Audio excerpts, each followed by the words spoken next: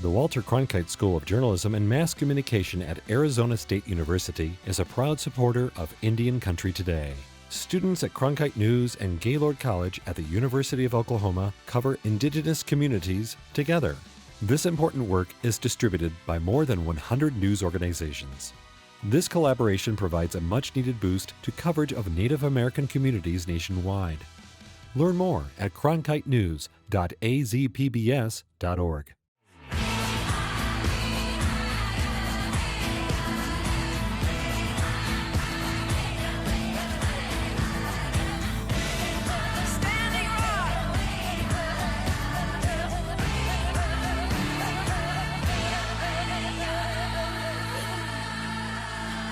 This is Indian Country Today. Esquili, yes, thank you for joining us. I'm Patty Thalohungva. An historic election in Canada as Roseanne Archibald is chosen to lead the Assembly of First Nations. Archibald is the first woman to be elected national chief. The AFN represents more than 900,000 citizens of First Nations across Canada and works to benefit all Canadian tribes. Besides being the first woman elected to this position, Archibald is also the first person from Ontario to lead the organization in 4 decades. I was elected by a majority of male chiefs. That's important. It's important that 80% of the chiefs across Canada are men, and they elected me. And that to me speaks to the change that is happening, that our brothers understand the importance of creating space. Her 30-year journey in First Nations politics has included many firsts. APTN reports she was elected chief of the Tequah-Tagamu Nation when she was 23, and she was the first woman to hold that role as well. A pair of new maps are highlighting Indigenous languages spoken in California's Los Angeles County. The maps include more than 17 different languages from 5 different Indigenous Latin language groups. Celio and an LA organization collected the data during the pandemic.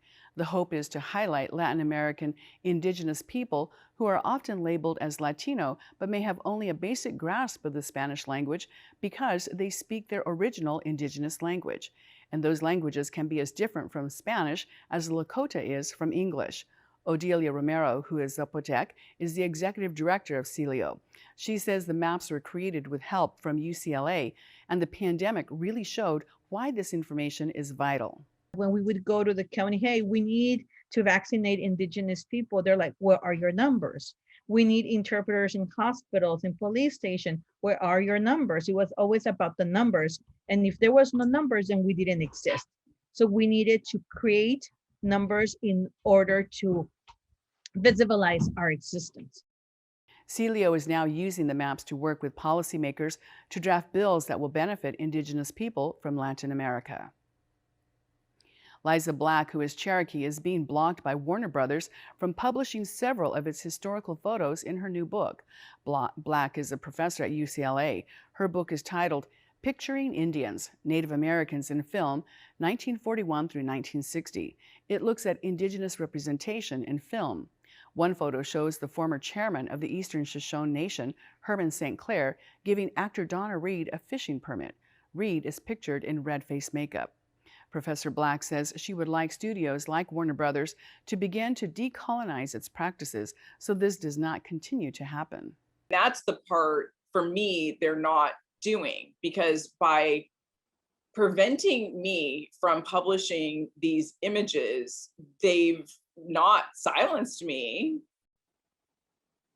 and they've not silenced Native people who do bring critiques to the film industry. And they haven't silenced Native people who want to be part of the film industry and want to do something new with the film industry.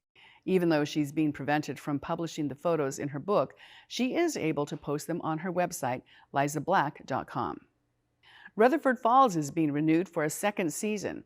It's co-created by Sierra Teller Ornelius, who is Navajo and Mexican American.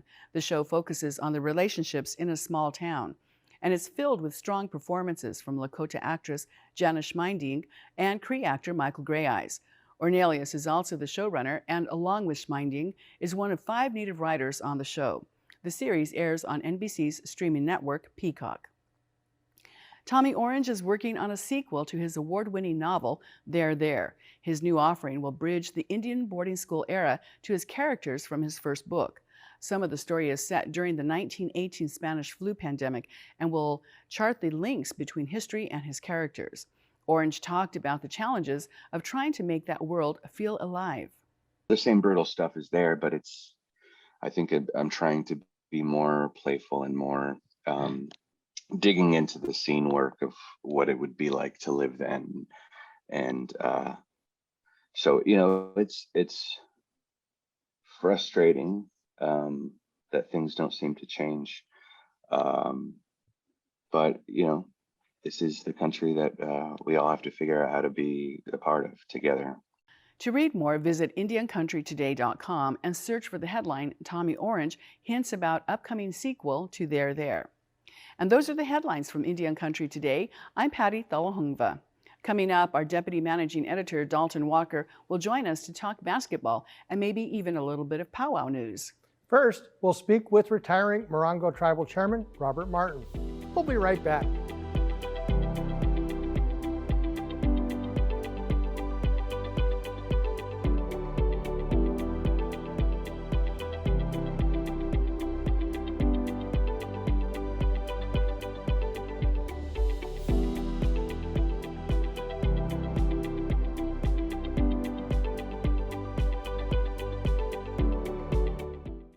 Robert Martin was first elected as chairman of the Morongo Band Tribal Council in 1983. He has served 18 years as chairman and another 11 years on the Morongo Tribal Council over the last 4 decades.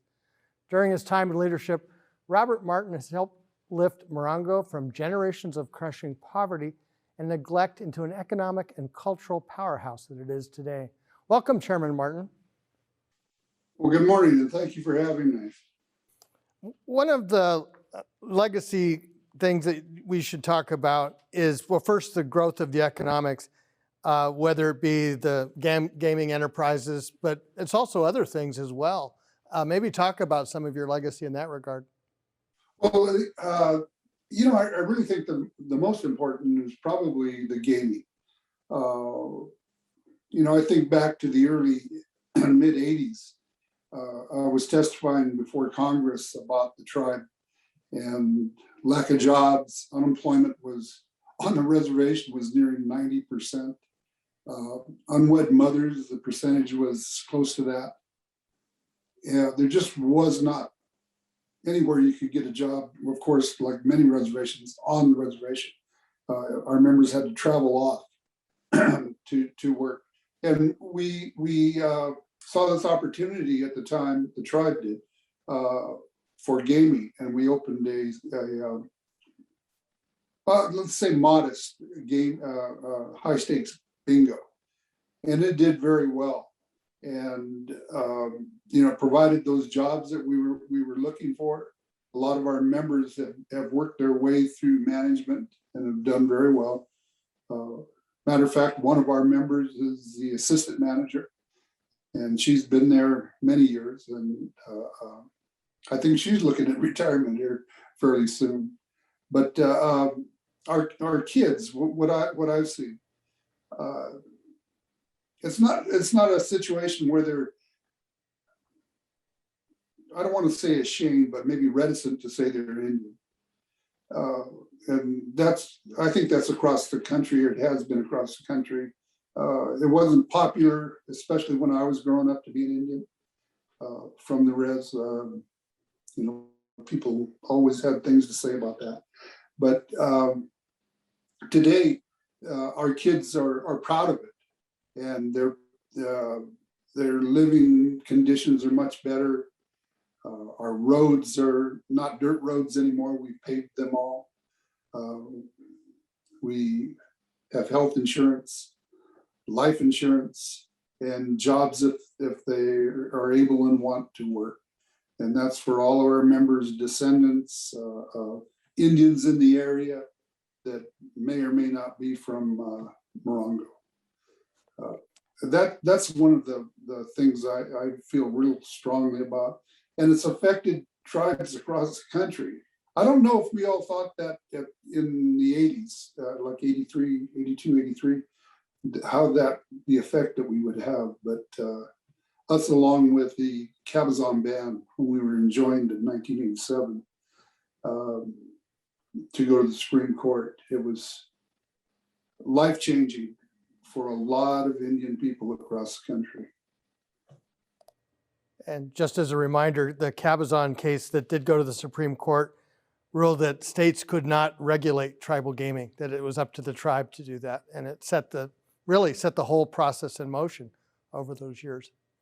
Well, yeah, it strengthened tribe sovereignty. I can tell you a little short story.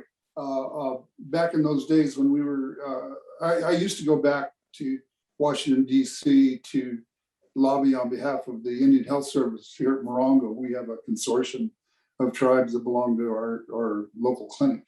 And gaming, I'd be back there on gaming as well.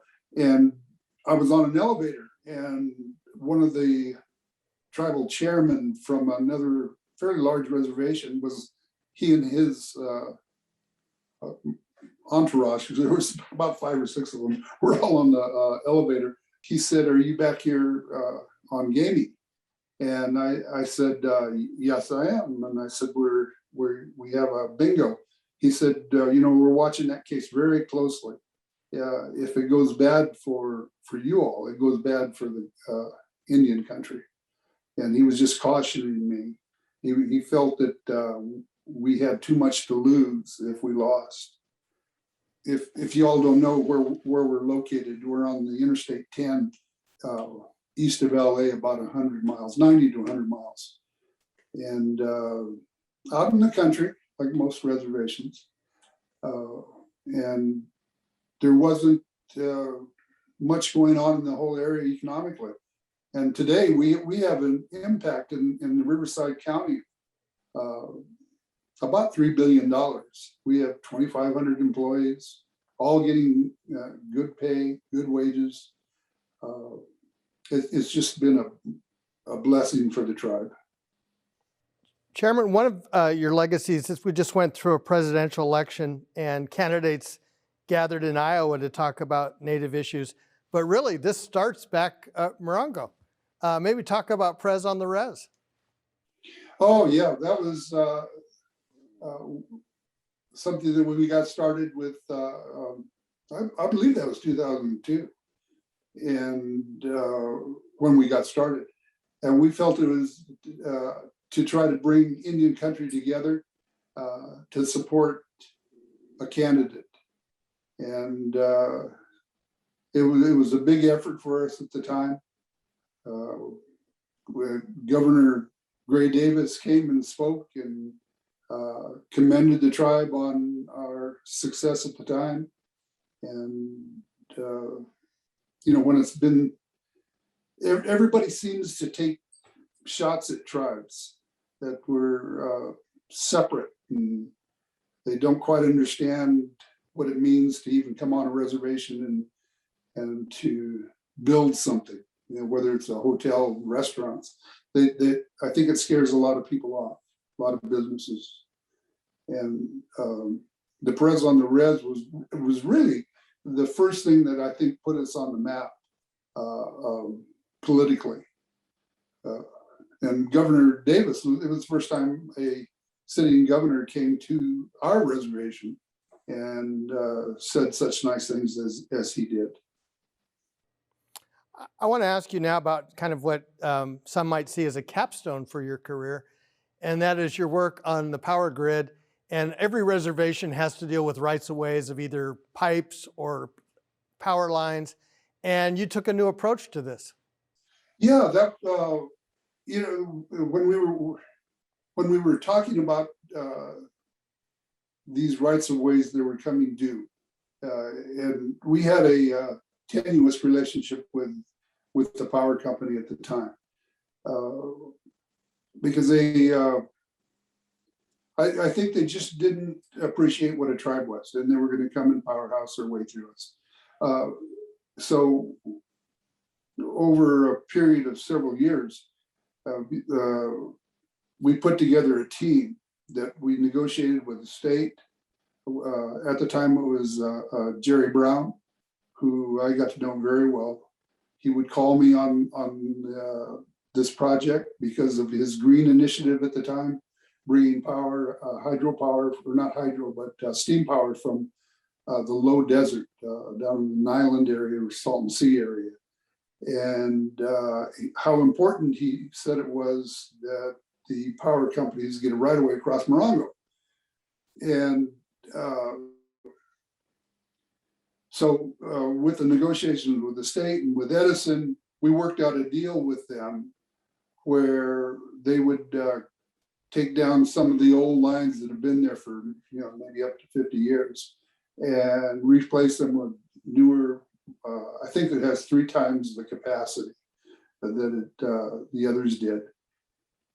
And we have an investment opportunity with them, which is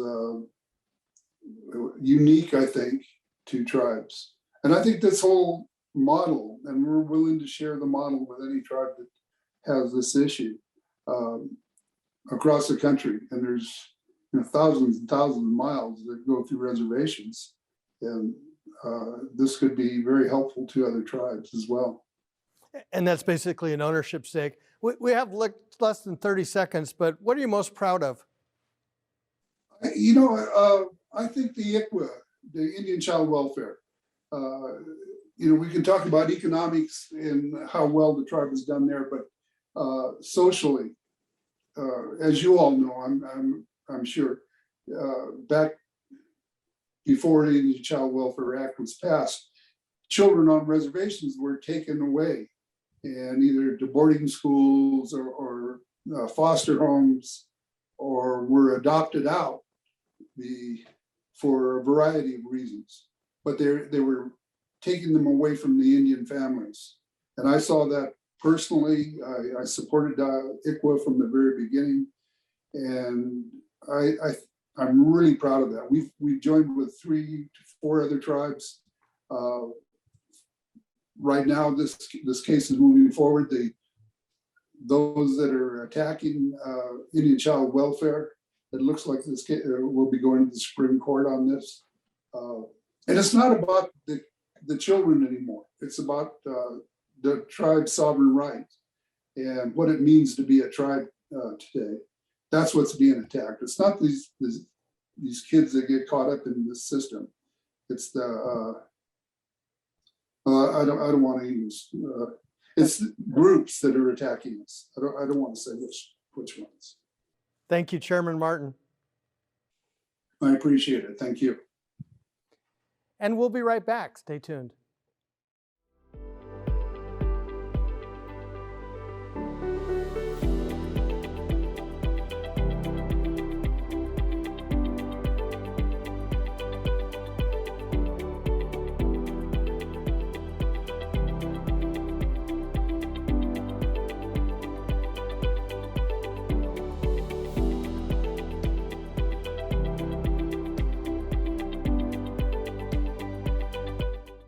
Dalton Walker is Red Lake Anishinaabe. He is the Deputy Managing Editor at Indian Country Today. Dalton joins us today with stories he's working on. Welcome back, Dalton. Bonjour, Mark. Miigwech for having me. Let's start by talking about a powwow announcer. Maybe tell us her story. Yeah, so Deanna Standing Cloud, she's from the Red Lake Nation up in Minnesota. And I've known her through social media for a few years now. And she pitched me a story idea regarding female powwow MCs. And it was one of those stories that I wanted to do, but then the pandemic came and all of a sudden there was really no powwows. So I kind of had it on the back. And then as soon as the powwow started happening again, I reached out to Deanna and asked her about if she was interested in being part of the story. And she was a great source talking about life on a powwow trail, kind of her goals as a powwow MC. And it's just exciting to watch and see what happens with her career. Well, and as you pointed out, there are a lot of challenges for a female on the powwow trail, as an MC at least.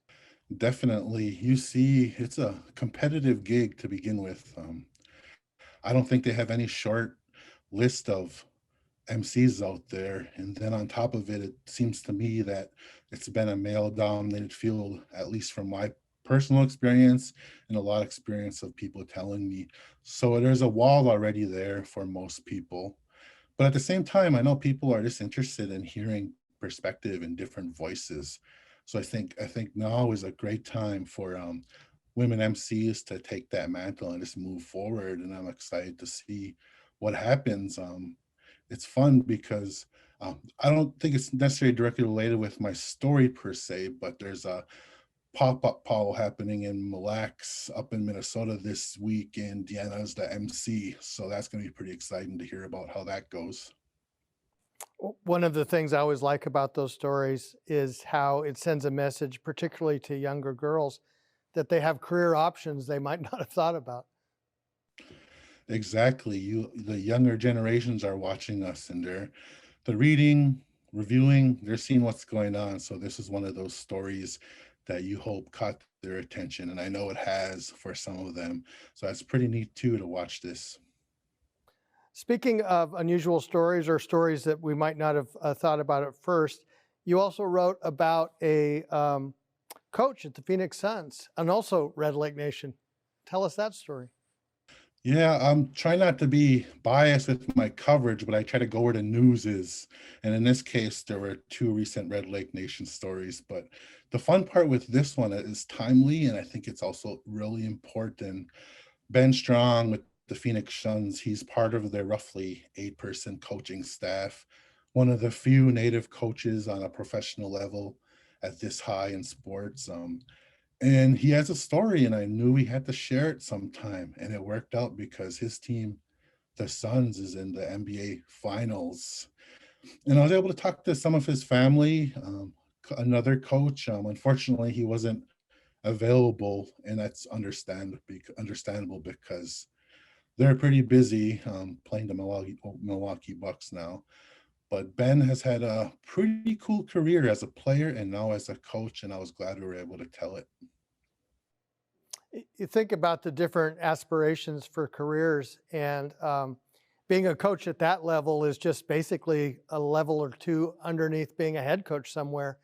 And that's something we really haven't seen across the board in sports, and certainly an aspiration.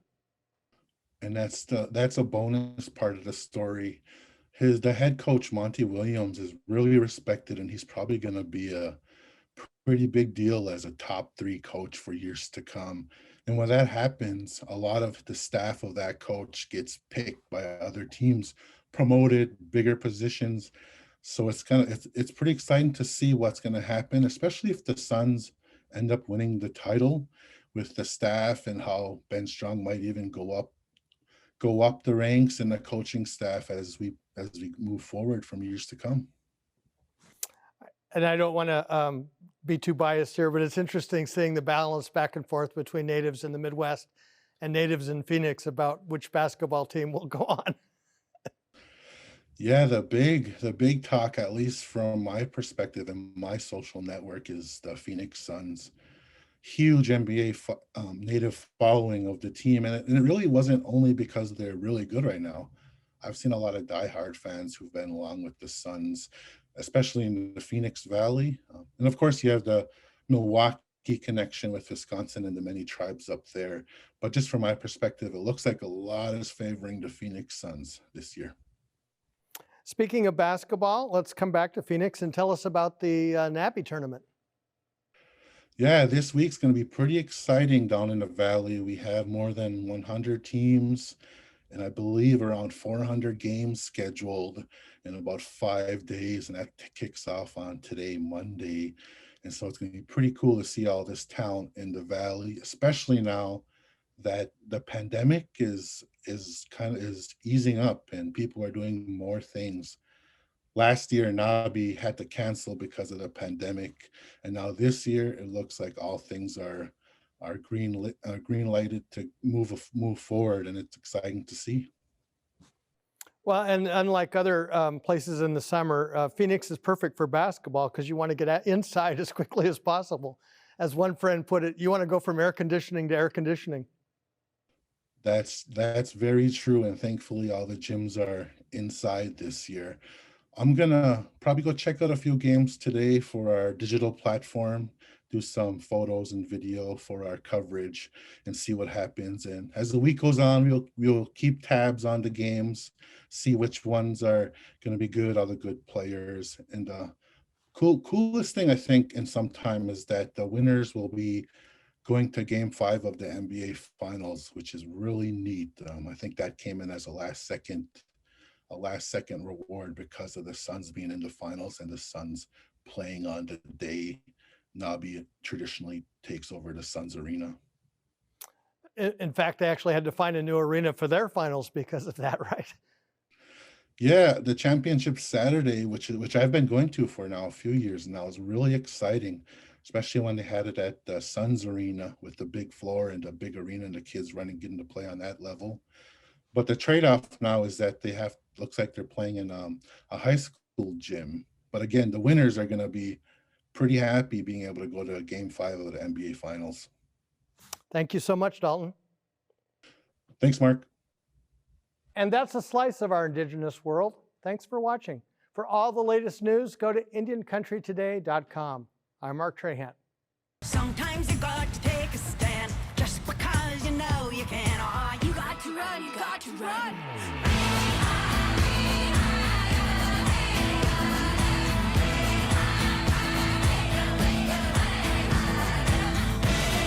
Standing Rock.